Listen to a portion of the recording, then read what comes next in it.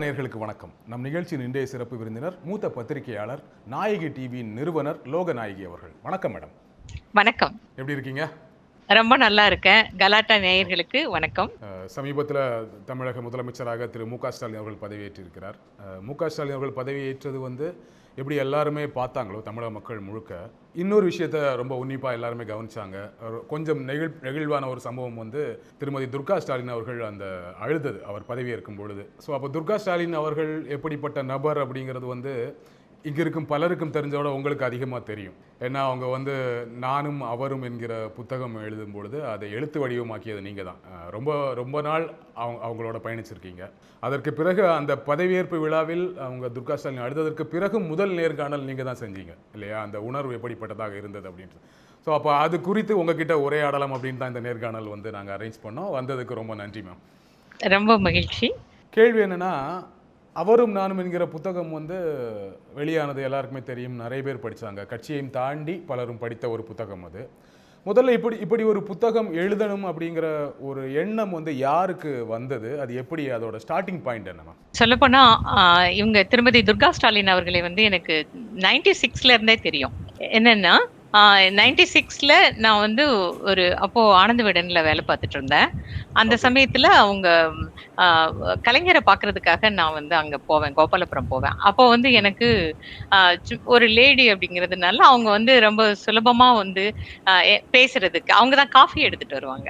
Coffee சாப்பிடுங்க அப்படின்னு சொல்லிட்டு ரொம்ப அந்த இனிமையான சுபாவம், ரொம்ப ஒரு ரொம்ப தன்மையான ஒரு பெண்மணி அவங்க.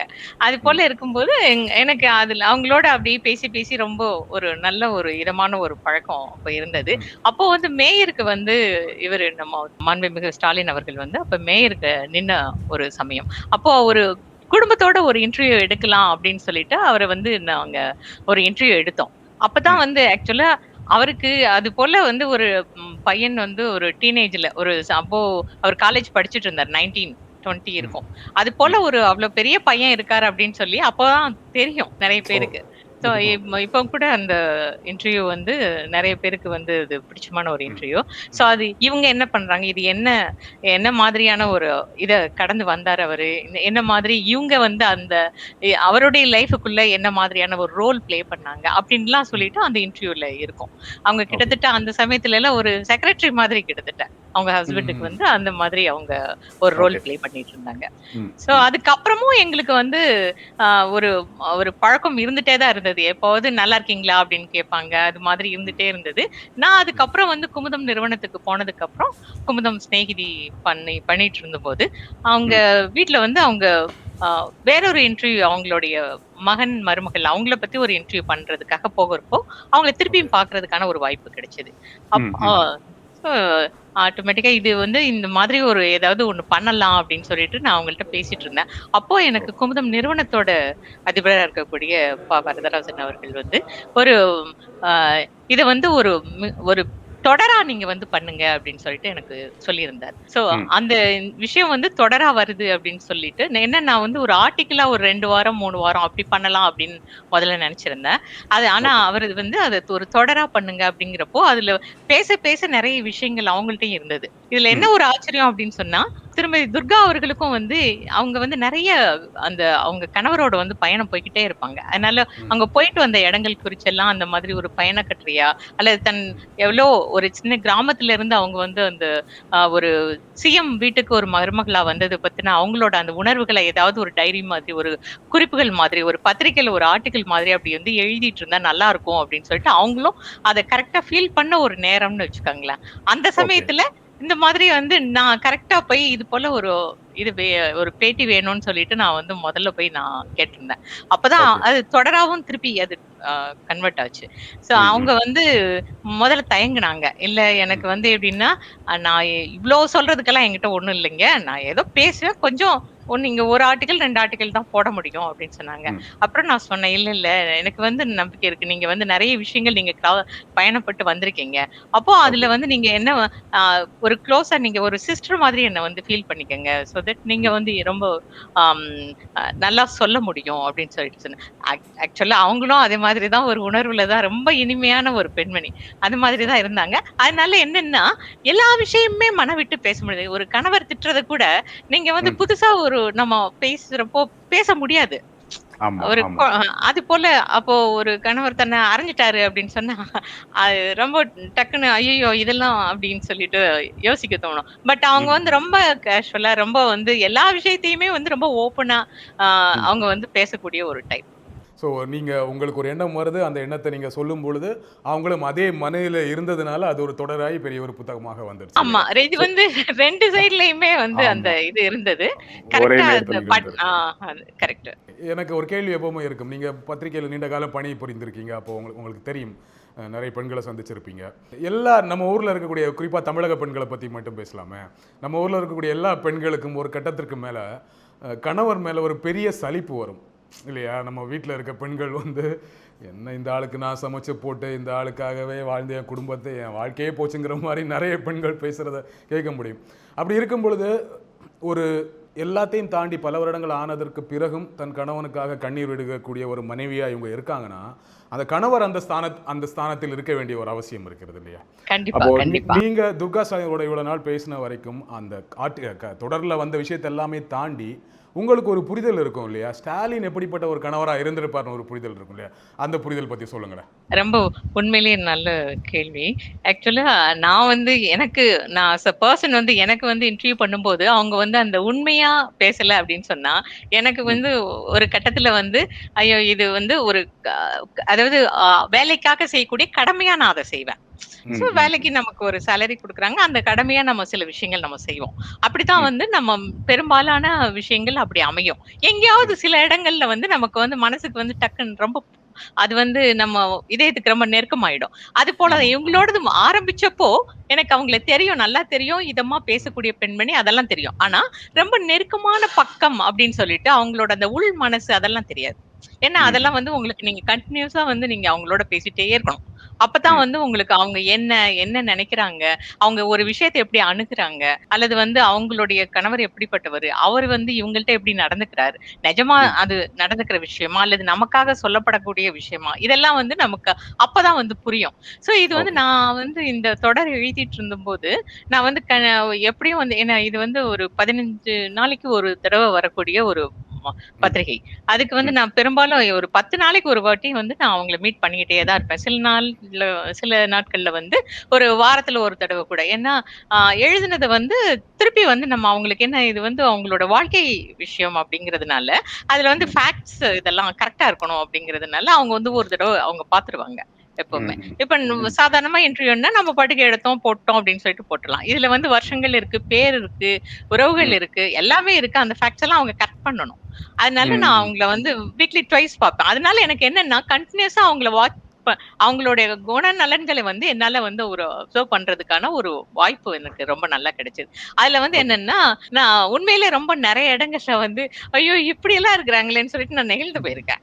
ஒரு ஓகே, பெண் ஓகே, ஒரு பெண்ணாவே வந்து ரொம்ப அருமையான ஒரு பெண். வந்து தன்ன ஓகே. சுத்தி இருக்கக்கூடிய அவங்க ரிலேட்டிவ்ஸ் ஆகட்டும், அவங்களுக்கு வந்து ம், வரும்போதே வந்து ரொம்ப சின்ன வயசு குட்டி ஒரு ஸ்கூல் படிச்சு முடிச்ச உடனே அதுக்கப்புறம் ம், கல்யாணம். ஆ ம், ஒரு 17 வயசுல கல்யாணம்னு ம், வச்சுக்கோங்களேன்.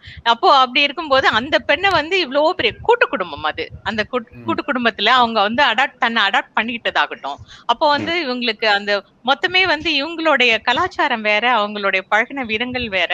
இங்க ம். வந்து டோட்டலா அவங்களோட கலாச்சாரம் வேற, அவங்களோட பழகுன விதங்கள் வேற. எல்லாமே மாறும். மருமகளுக்கு அவங்க குடுக்கக்கூடிய அந்த மரியாதைய பார்த்தாலும் கூட நமக்கு வந்து ரொம்ப இப்படி கூட இருக்காங்களா ஒரு பொண்ணு, ஒரு பெண்மணி அப்படின்னு சொல்லிட்டு நமக்கு வந்து ரொம்ப ஆச்சரியமா இருக்கும். ரொம்ப ஓகே. அதாவது ஒண்ணுமே இல்ல. ஒரு சின்ன விஷயம் சொல்றேன். அவங்களுக்கு வந்து ம். லைட்டா ஸ்வீட் போட்டு ஒரு முறுக்கு இருக்கும்.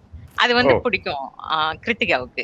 அவங்க கிருத்திகாவுக்கு. வந்து ஓகே. என்னன்னா ஆமா. இவங்க இவங்க என்ன பண்ணுவாங்க, ஒவ்வொருத்தருக்கும் அவங்க அவங்க ரூம்ல வந்து அத செஞ்சு கரெக்ட்டா அத ம், ஒரு டப்பால போட்டு மூடி, ம். கிருத்திகா ரூம்ல போய் அழகா வச்சுட்டு, அவங்க ஓகே. சாப்பிடட்டும் அப்படின்னு சொல்லிட்டு, அது போல வச்சுட்டு வருவாங்க. அவங்களுக்கு ம், வந்து ம். அவங்க செஞ்சதும் தெரியாது, எதுவும் தெரியாது. அவங்க வந்து பார்க்கும்போது அது போல இருக்கும். அது ஓ! ரொம்ப ஆச்சரியப்படுத்துற ஒரு மாமியார் இவங்க.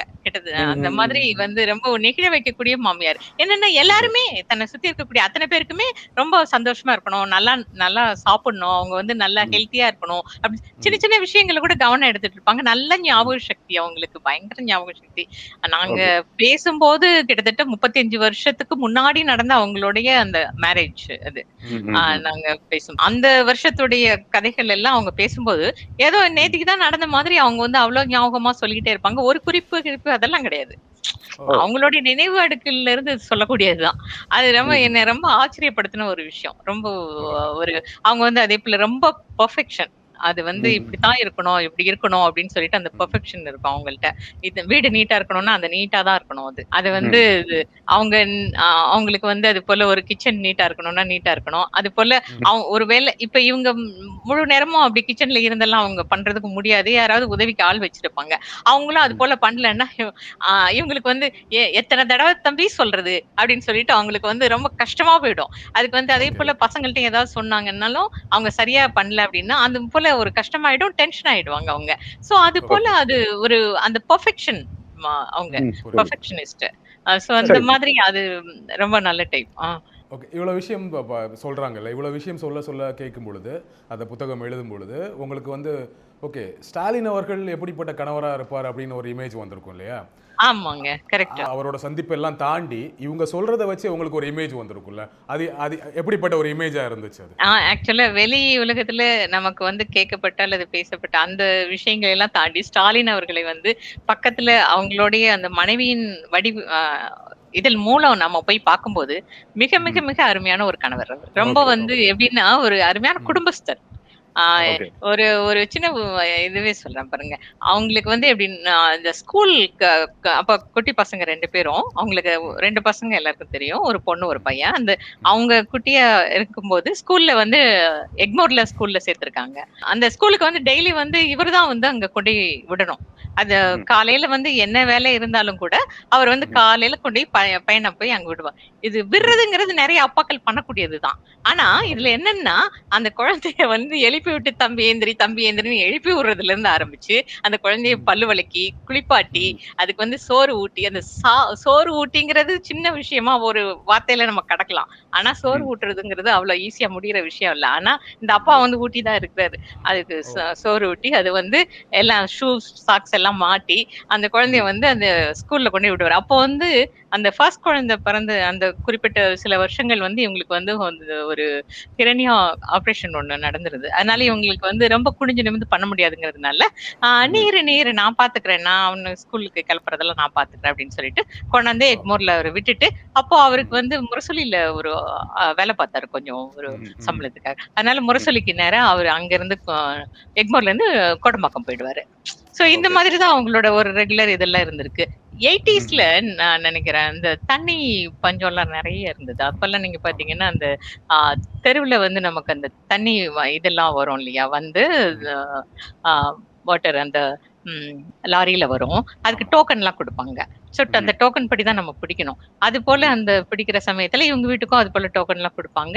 இவங்களும் பிடிக்கணும். இவங்க என்னன்னா ஒய்ஃப் கஷ்டப்படுவாங்கன்னு சொல்லிட்டு இவர்தான் வந்து அவங்க வீட்டுல இவரும் சரி இவங்க தம்பியும் சரி அது போல வந்து அந்த லாரியில வந்து தண்ணி எல்லாம் பிடிச்சு கொண்டு போய் வீட்டுக்குள்ள கொண்டு போய் ஊத்திட்டு திருப்பி இது மாதிரி தண்ணி பிடிச்சிட்டு இருந்திருக்காங்க. இங்க இருந்து பார்க்கும்பொழுது அவர் இந்த பொலிட்டிக்கல் பிம்பம் எல்லாம் தாண்டி ஒரு ஒரு கணவரா ஒரு அன்பான கணவரா பொறுப்புள்ள தகப்பனா இருந்திருக்காரு. ரொம்ப பொறுப்புள்ள தகப்பன் அவரு. உண்மையில இதற்கு நடுவுல வந்து நீங்க இந்த ரொம்ப நாள் அவங்களோட பயணித்ததுல ஸ்டாலின் அவர்களை சந்திக்கக்கூடிய வாய்ப்புகள்லாம் கிடைச்சதா? பேசிய அனுபவங்கள் ஏதாவது இருந்தா சொல்லுங்களேன். நிச்சயமா அவர் வந்து அவர்கிட்டயும் நான் என்னுடைய ஏன்னா இது அவரையும் இன்டர்வியூ பண்ணாதான் இது முழுமை அடையும் இந்த இவங்களோட இது அப்படிங்கிறதுனால நான் அவரோட இன்டர்வியூவும் சேர்ந்துதான் எடுத்தேன். சோ அவர் வந்து அது சின்ன வயசுல அவங்க வந்து அதே கோபாலபுரத்துல வேறொரு இடத்துல குடியிருந்திருக்காங்க. அப்போ அந்த பார்க் பக்கத்துல ஒரு வீடு, சின்ன வீடு, அந்த கோபாலபுரம் பார்க் ஒண்ணு இருக்கு இல்லையா மாநகராட்சி பார்க், அது பக்கத்துல ஒரு சின்ன வீடு, அந்த வீட்டுல குடியிருந்திருக்காங்க. அதுக்கு முன்னாடி டி நகர்ல இருந்தாங்களாம். சோ இவர் பிறந்ததெல்லாம் கூட டி நகர் தான் போல இருக்கு. அந்த கோபாலபுரம் வீட்டுல இருந்தபோது இவரு கூட தங்கை வந்து செல்விக்கும் இவருக்கும் 1 இயர்க்குள்ளதான் டிஃபரன்ஸ். சோ 2 பேரும் அந்த ஸ்கூலுக்கு போனது, அந்த பக்கத்துல இருக்க மாநகராட்சி பள்ளிக்கு போனது அப்படின்னு சொல்லிட்டு அந்த இதுல இருந்து அந்த வயசுல இருந்து அவரோட ஸ்டோரி அந்த அதுல எல்லாமே பேசியிருக்காரு. இன்னொரு விஷயம் நீங்கள் சொன்னீங்க இல்லையா, வாரத்தில் வந்து நம்ம ஒரு வாட்டி அவங்க சொல்கிறத கேட்டுட்டு வந்துடுறோம், எழுதிடுறோம், அடுத்த பப்ளிஷ் ஆகிறதுக்கு முன்னாடி அவங்க கிட்ட போய் காமிப்போம் எங்கேயும் தவறுகள் நேர்ந்துடக்கூடாதுன்ட்டு. பட் நம்ம பத்திரிக்கைக்காரங்களுக்கு ஒன்று இருக்கும், நம்ம கொஞ்சம் சேர்த்துருவோம் எக்ஸ்ட்ரா ஏதாச்சும் வார்த்தைகளை. ஒரு துவக்கத்தில் ஒரு அழகு வேணுங்கிறதுக்காக சேர்ப்போம், முடியும் போது ஒரு ஒரு கியூரியாசிட்டி இருக்குனுங்கிறதுக்காக சில விஷயங்களை செய்வோம். அது மாதிரி ஏதாவது செஞ்சு அவங்க மாற்ற சொல்லி அந்த மாதிரி அனுபவங்கள்லாம் இருந்திருக்குதா? இதுல எப்படின்னா, நான் ஆரம்பத்திலேயே ஒரு சில விஷயங்கள் தெரிஞ்சுக்கிட்டேன் இவங்கள்ட்ட.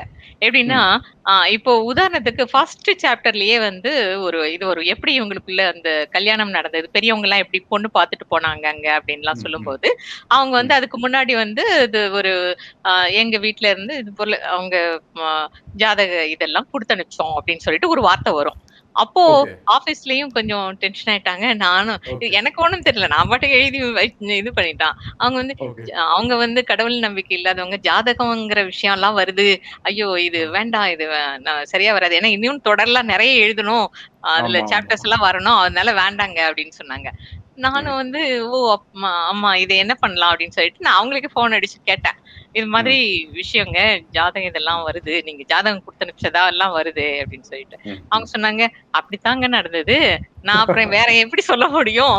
என்ன நடந்தது தானே சொல்ல முடியும்" அப்படின்ட்டாங்க சிம்பிளா. ஓகே. அதான் அவங்க. ஓகே. ஓகே. ஸோ அப்போ ஸ்டாலின் அவர்களோட வீட்டுக்கு வந்து துர்கா ஸ்டாலினோட வீட்ல இருந்து ஜாதகம் போயிருக்கு. ஆரம்பத்துல அதாவது இவங்க வந்து ஆமா. ரிலேட்டிவ்ஸ் ஆக்சுவலா அவங்க மாறன் அவர்களோட மனைவி இருக்காங்க இல்லையா? மல்லிகா மாறன். அவங்களுடைய உறவினர் இவங்க.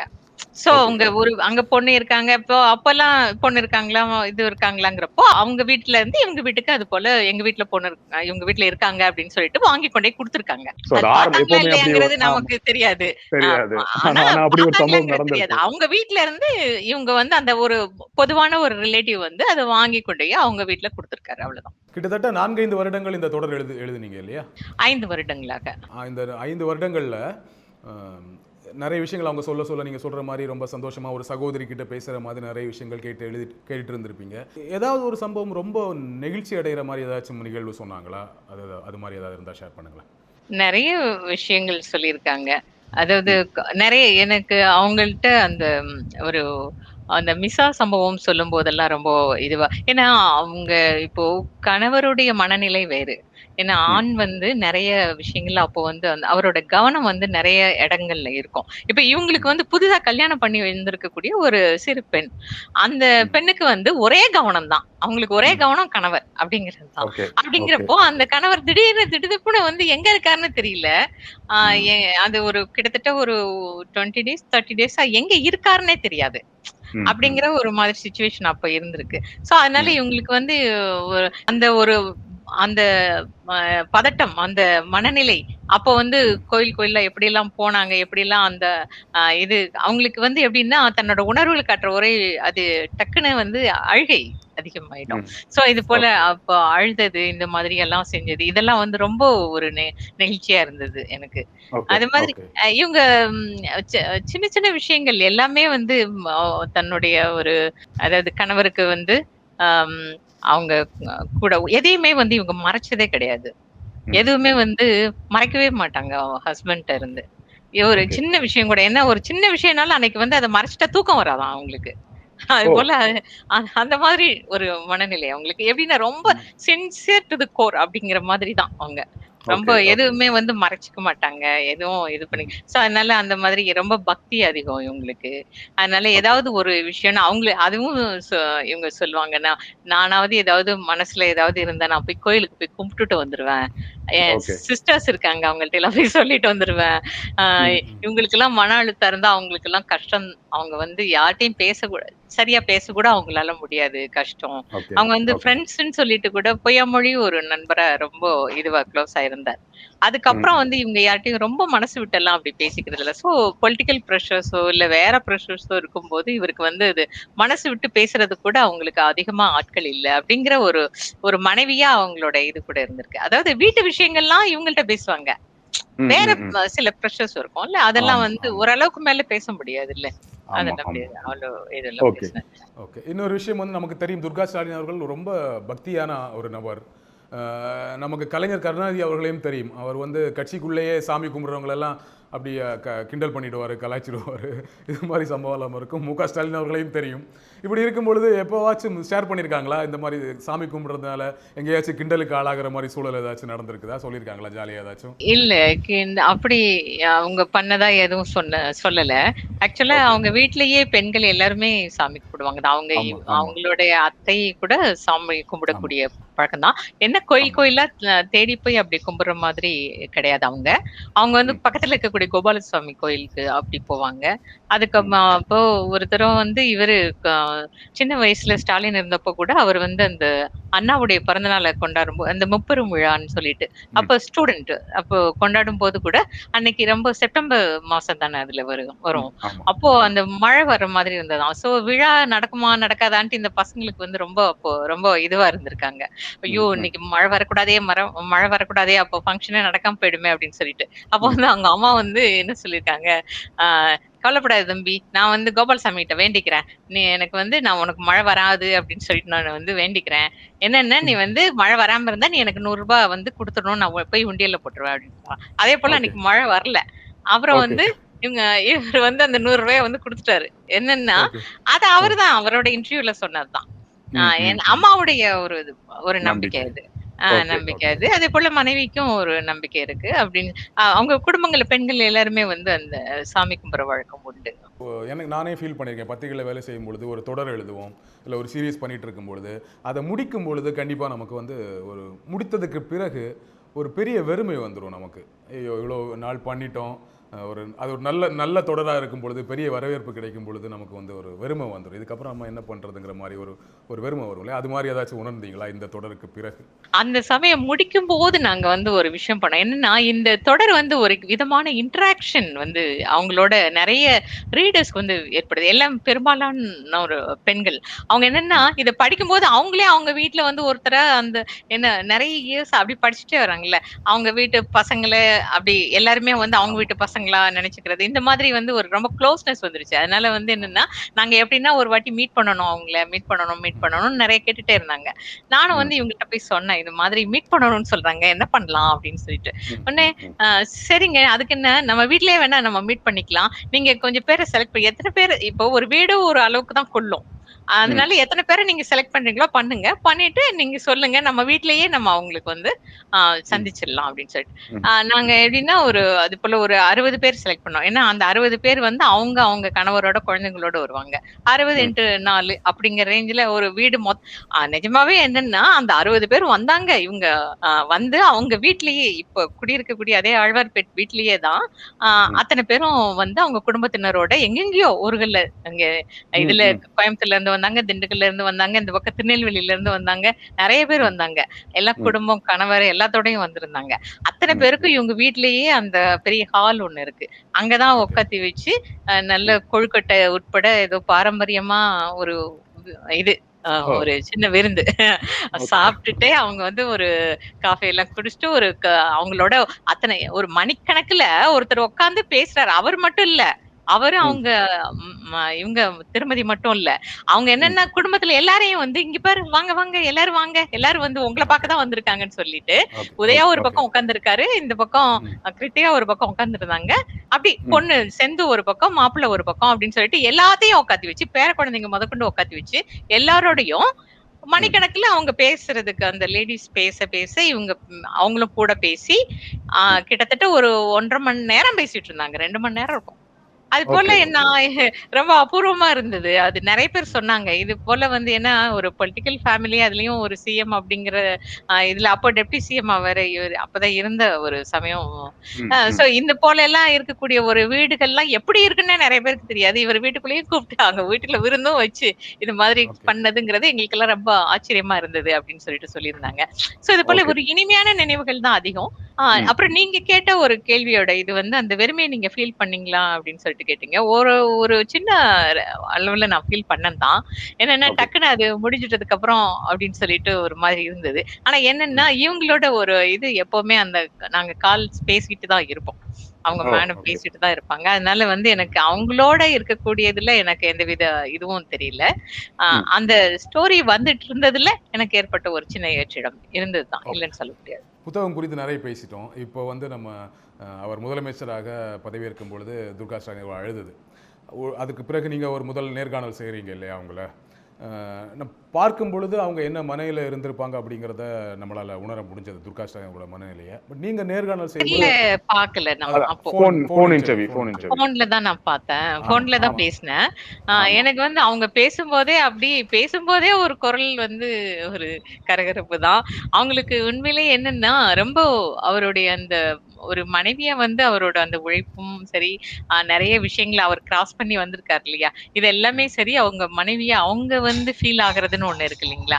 அந்த ம். விஷயங்கள்ல அவங்களுக்கு வந்து அது எல்லாம் மீறி இவர் வந்து அத அச்சீவ் பண்ணியிருக்காரு அப்படிங்கிற அந்த ஒரு விஷயம் வந்து அவங்களுக்கு ஒரு ஒரு பயங்கர ஒரு உணர்வு கிளர்ச்சி ஏற்படுத்தி விட்டுடுச்சு. அதுதான் ஓகே, வந்து அந்த அழகியோடைய ஒரு வெளிப்பாடு. ஓகே. அதனால நாம அது வந்து அவங்க பேச்சுல ஒரு உணர்வுபூர்வமா தான் பேசுவாங்க எப்பவுமே. எப்ப பேசினாலும் கடனே அப்படிங்கிற வார்த்தைகளே கிடையாது. ஓகே, எல்லாத்துலயுமே பேசினா உணர்வுபூர்வமா தான் பேசுவாங்க. ஓகே. எல்லாமே ஒரு உயிர்ப்போட தான் உணர்வுபூர்வமா தான் பேசுவாங்க. Okay, okay. அந்த ஒரு ஒரு மகிழ்ச்சிக்கு ஒரு எல்லை எல்லாம் இருக்குல்ல. அது அது மாரி ஒரு ஒரு அதிகபட்ச மகிழ்ச்சியில இருந்தாங்களா? இல்ல ஒரு முறை ஒரு ஒரு நெகிழ்ச்சியா தான் இருந்தாங்களா?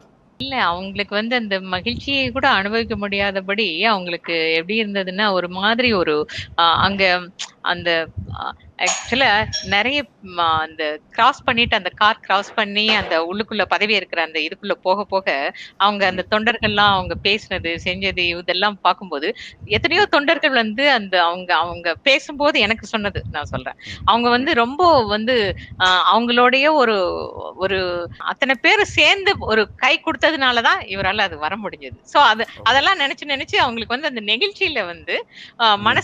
மனசுல வந்து அந்த ரொம்ப சந்தோஷம் அப்படிங்கிறது இல்லாம, அது வந்து ம். ஒரு விதமான ஒரு நெகிழ்வா போய் அப்படியே உட்கார்ந்திருந்தது. கொஞ்சம் ம். ஒரு டைம் எடுத்திருக்கும் அவங்க அந்த முழு மகிழ்ச்சிய அனுபவிக்கிறதுக்கு நான் நெனைக்கிறேன். ம். இந்த இந்த மாதிரி பல குடும்பத்தில பல பெண்கள பார்த்திருப்பீங்க. அ இப்போ துர்கா ஸ்டாலின் அவர்களோடயும் பயணிச்சிருக்கீங்க. ஆமாங்க. இல்லையா? இப்போ ஒரு சாதாரண குடும்பத்தில இருக்கக்கூடிய ஒரு பெண்மணி வந்து தன்னுடைய குடும்பத்திற்காக செலவு செய்யக்கூடிய விஷயங்கள், செலவு செய்யக்கூடிய பொழுதுகள், அதெல்லாம் எப்படி இருக்கு? ஒரு பெரிய குடும்பம், ஒரு பாரம்பரியமான அரசியல் குடும்பம் இருக்கக்கூடிய ஒரு மருமகளுக்குமான அந்த வேறுபாடு ஏதாவது உணர்ந்தீங்களா? துர்கா ஸ்டாலினுக்கும் சாதாரண குடும்பத்தில இருக்கக்கூடிய பெண்களுக்கு இருக்கக்கூடிய கண்டிப்பா, வேறுபாடு? கண்டிப்பா. இவங்களுக்கு எப்படின்னா, அவங்களுடைய கணவரோட இருக்கக்கூடிய நேரம் அப்படிங்கிறது எப்பவுமே ரொம்ப குறைச்சல் தான். குறைவு. ம். மிக குறைவா ம். இருக்கும். ஆ ஓகே. இப்போ ஒரு அவர் வந்து அவங்க ஆட்சியில இருந்தாலும் சரி, இல்லன்னாலும் கூட, ம். அவங்களுடைய அந்த தனிப்பட்ட பொழுதுகள் அப்படிங்கிறது எப்பவுமே அவங்களுக்கு ரொம்ப குறைவு தான். அப்போ ஓகே. நீங்க அந்த கல்யாணமான புதுசுல அப்படின்னு சொல்லி எடுத்துக்கிட்டா, அது வந்து ம். மிகப்பெரிய கூட்டு குடும்பமா இருந்தது. ரொம்ப சின்ன ஒரு ரூம் தான்.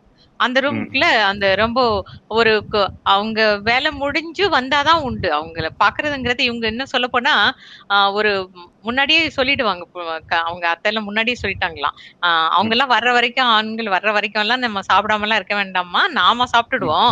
அவங்க வந்தா ஓகே. அவங்களுக்கு அப்புறம் பார்த்துக்கலாம் அப்படின்னு சொல்லிட்டு இவங்க வந்து ஓகே. சொல்லிடுவாங்களாம். ஓகே, அதனால ஓகே. இவங்க எப்பவுமே முன்னாடி சாப்பிட்டுடுவாங்க. ம்ஹ்ம். கூட இருக்கிற கணவரோட செலவிடக்கூடிய பொழுதுகள் தான் இல்ல. அது அது ஒரு பெரிய இல்ல. வித்தியாசம்னு சொல்றீங்க. இவங்களுக்கு இல்ல. எப்பவுமே வந்து இவங்களுக்கு வந்து முன்னாடி வந்து இவர் வந்து க இவங்களுக்கு ரொம்ப பிடிச்ச விஷயம் அவரோட அப்டின்னா, அவரு வந்து கார் ஓட்ட இவங்க வந்து அந்த குடும்பமா அவங்க போறதுதான். ஓ! வெளியூருக்கெல்லாம் அவர் கூட்டிட்டு போவாராம் அடிக்கடி. எங்கேயாவது ஓகே, ஓகே. பக்கத்துல பெங்களூர் கூட்டிட்டு போயிருக்காரு. அது போல அ ம். இது போல ஏதாவது இந்த டூரிஸ்ட் ஸ்பாட்ஸ் அது போல ம். இடங்களுக்கு அது போல கூட்டிட்டு போயிருக்காரு போல இருக்கு. பசங்களோட ஓ கூட்டிட்டு போயிருக்காரு. இல்ல இவங்களும் அப்படி அது போல. அது போல ஒரு போகணும் அப்படிங்கிறது இவங்களுக்கு எப்பயுமே வந்து ஒரு உணர்வு இருந்துகிட்டே இருக்கு. அதுக்கப்புறம் ஓகே. இவங்களுக்கு வந்து அது கணவர் ஓட்டுறதுக்கு முடியல அப்படிங்கிறதுனால அது இப்போ ஆகவே அது நடைமுறைக்கே இல்ல. ஒரு தடவ வந்து ஓகே. அது போல கார் இவங்களுக்காக ஒண்ணு பர்த்டேக்கு அவர் வந்து வாங்கி குடுத்துருக்காரு போல இருக்கு. வாங்கி ஓகே. குடுத்துட்டு வா வா அப்படின்னு நைட் 12 மணிக்கு அந்த இது போல சர்ப்ரைஸ் குடுத்துட்டு, உட்காரு ம். அப்படின்னு சொல்லிட்டு உட்காரத்து வச்சு அவர் பாட்டுக்கு டக்குன்னு கார் எடுத்துட்டு கிளம்பிட்டார் போல இருக்கு. அப்போ ஒரு டெப்டி சிஎம் அந்த டைம் போல இருக்கு. ஓகே. இவங்களுக்கெல்லாம் ஒண்ணுமே புரியவே இல்ல. என்னடா இது திடீர்னு கார் இப்படி கிளம்பிடுச்சேன்ட்டு அவசர அவசரமா அவருக்கு பின்னால இருந்த அந்த காவல்துறையினர் வந்து குடுகுடுன்னு பின்னாடி போயிருக்காங்க. என்னன்னா ஓகே. இவருக்கு அவங்களுக்கு பிடிபடாத வகையில இவரு போய் ஒரு ரவுண்ட்லாம் அடிச்சுட்டு ரொம்ப தூரம் போயிட்டாருங்க போல இருக்கு. போயிட்டு வந்திருக்காரு. okay. என்னன்னா என் மனைவிக்கு இது ஒரு சந்தோஷம். நான் கார் ஓட்டுனா. அதனால நான் Okay. வந்து இது மாதிரி ஓட்டி அவங்க வந்து ரொம்ப சந்தோஷமா இருக்குங்க. எப்படியும் நம்ம எங்கேயாவது போயிடலாமா அப்படின்னு சொல்லிட்டு அவங்க கேட்டாங்களாம் அன்னைக்கு. அத அவங்க சந்தோஷமா அது போல சொல்லிட்டு இருந்தாங்க. அது உண்மைதான். அவருக்கு வந்து அவருடைய டைம் அப்படிங்கிறது ரொம்ப குறைச்சலான ஒரு நேரம் தான் அவங்களுக்கு கிடைக்குது. Okay super ma'am. நிறைய விஷயங்கள் பேசணும் இல்லையா? இது வந்து இன்னைக்கு இருக்க ஜெனரேஷனுக்கு எல்லாமே இந்த கதைகள்லாம் தெரியாது இல்லையா? நல்லது. ஒரு ரொம்ப மகிழ்ச்சி. அதனாலதான் இந்த நேர்காணல் ரொம்ப நல்லா இருந்தது. நீங்க நிறைய விஷயங்களை பேசுனீங்க. நீங்க பேசும்போதே தெரியுது எந்த அளவுக்கு ஒரு சகோதரி அவங்க கூட பழகிருக்கீங்க. அவங்க எப்படி உங்ககிட்ட அந்த விஷயத்த சொல்லும்போது நீங்க எப்படி உள்வாங்குனீங்களோ அதே மாதிரிதான் எனக்கு கன்வே பண்றீங்க. நானுமே அப்படிதான் உள்வாங்கி இருக்கிறேன். பாக்குறவங்களுமே அப்படிதான் உள்வாங்கி இருப்பாங்க. கண்டிப்பாவே ஒரு நல்ல நேர்காணல் மேம். இவ்வளவு நேரம் டைம் ஸ்பெண்ட் பண்ணி இவ்வளவு விஷயம் சொன்னதுக்கு ரொம்ப நன்றி மேம். நன்றி. எனக்கும் ரொம்ப மகிழ்ச்சி. ரொம்ப சந்தோஷம்.